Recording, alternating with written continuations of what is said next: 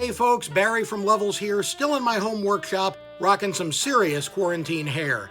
Now, this week I want to do a slightly more advanced project with you guys. I hope you've been enjoying what we've been doing up until this point, but I think you're ready for something just a little more involved. What we're going to do this week is called a glove puppet. You may have seen puppets like this on Mr. Rogers' Neighborhood, or they've been using them for centuries to do Punch and Judy shows. Here's a couple I built myself for an amazing playwright named Rich Orloff, who wrote a play that needed a bunch of puppets. Now, what we're going to do this time is a two-part lesson. This week, we're going to build a paper-mache head and paper-mache it and let it dry, so that next week we can paint it, decorate it, and add a body to it. Why don't we get started? What you're gonna need is a toilet paper tube. I'm gonna use a plastic bottle, but you could use a paper cup or anything else that's this general shape. I recommend masking tape in addition to whatever other tape you want to use. Of course, our scissors as always. And then I've got some cardboard over here, got some random paper. Ping pong balls are always helpful if you want round shapes. Got some pipe cleaners. I also have some little pieces of aluminum foil, which is a really helpful material because you can crunch it into any shape you want and it'll stay in that shape. And we're gonna put this whole mishmash together into the general shape of our head. Then when we get to the paper-mache part of the project, you're going to need some paper towels, or another kind of paper if you want. If you're trying to do a very smooth puppet, you're going to want a smoother and sort of crisper paper, like the newspaper, like the torn up lunch bags. But this is so interesting and flexible and gnarly looking. I really like the texture of the paper towel, and that's what I want to show you today. You're gonna need some kind of glue. Elmer's glue or school glue or anything like that works pretty well. I sometimes use a more heavy duty glue, but you gotta dilute that with a little water. And you wanna put your glue in a little cup or something and get an old paintbrush. Not anything good, not the good cups, not the good paintbrushes. Okay, so the puppet is going to go on your hand like this. The head is going to fit on these two fingers, so that by moving these fingers back and forth, you can kind of turn the head back and forth.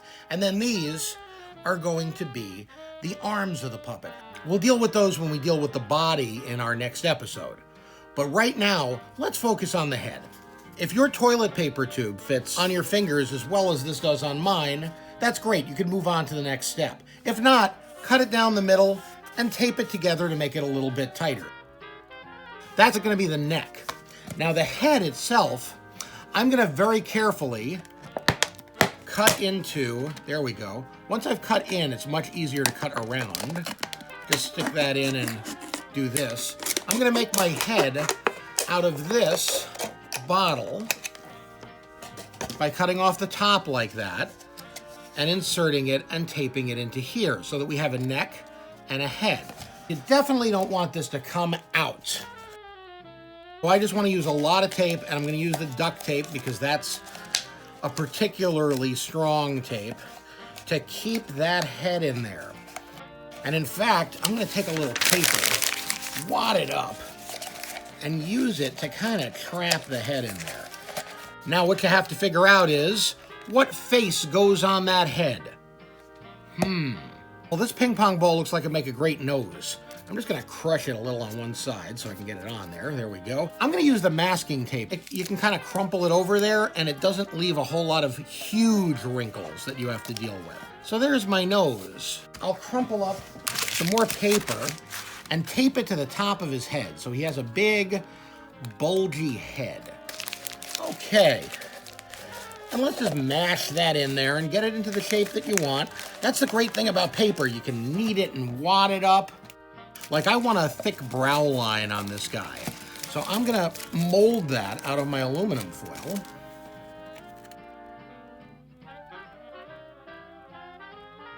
Now he needs a jawline. I'm gonna take the rest of this foil. I'm gonna wad up a big thing that'll be his sort of chin and jawline, and I can kind of jam it in here. Looks kind of like a cave-dwelling person or something. Maybe that's the direction we're going in. We're building the inventor of fire. I'm gonna give him like a little bit of an upper lip here. I'm gonna just cut that out of some cardboard. I'm gonna cut the top of that off. And then I can sort of jam this in here.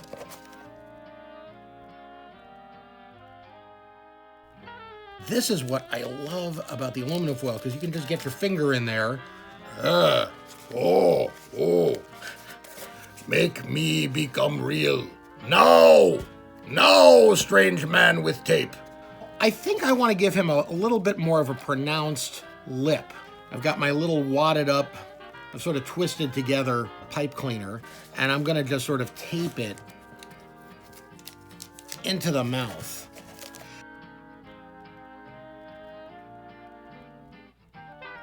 Let's make some ears. I'm just gonna put them together, try to hold them together as best I can, and cut an ear shape from both of them at the same time. That way I get something like this. I am going to fold that over and make it a tab so that I can more easily connect the ears to the head.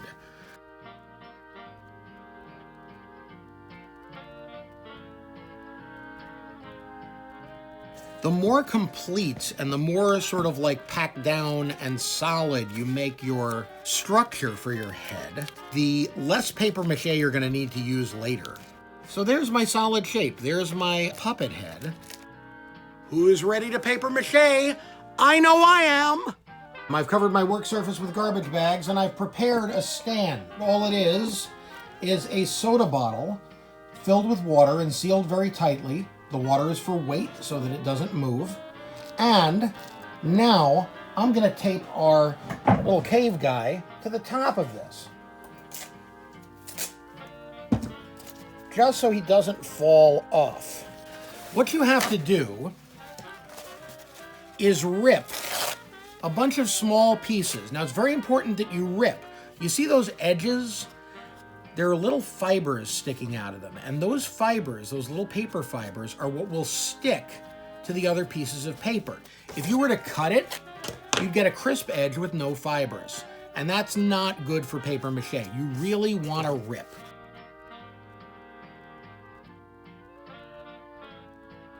For some of the areas, you may want some bigger pieces, so have those too.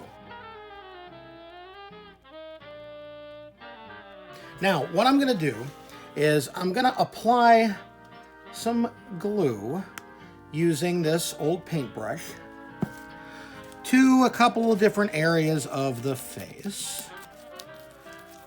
Just get it in there. Then I'm gonna take one of my little pieces that I tore apart of paper towel, and I'm gonna stick it on, and I'm gonna work it in with my fingers. You're gonna get glue on your fingers. You can't be afraid to get your hands dirty when you're making puppets. And then once it's on there, brush some glue over it so that the glue gets really saturated into the paper towel. And then you can work some other little pieces in. Not only is it smoothing out the shape a little bit, but it's kind of forming little wrinkles and shapes of its own. I like that it wrinkles up. Sometimes I like to wet my fingers, dip them in a little cup of water, and that keeps them from sticking too badly to the paper mache. And again, really push it into all the little nooks and crannies. And you'll find as the glue starts to dry, this will start being a little easier to work with. Remember when we said the back of the head, we're not going to worry about it too much? We are going to cover it, but we're going to cover it real fast with some large pieces. Because again, we're going to cover this with hair later. Really soak it down with the glue. Make sure that anything we're going to see looks the way you want it to. And if you want to, you can take them off the stand and work on them a little bit if that's easier for you. But just make sure you work the paper over everything. You don't want to see any masking tape. Just make sure that it has a pretty good skin. At least 2 coats, 3 if you want to be fancy about it. That's all you need on a puppet like this because you got a very solid structure underneath it. Unfortunately, Gronk, you're going to have to wait about 2 or 3 days to dry completely. Oh, that's not good. That's okay, Gronk. That's okay. That's very normal for a paper-mache head. Okay, I trust you. That's it for now. Join us next time when we paint, decorate, and add a body to our puppet. Until then, Barry from Levels saying, I hope this worked for you.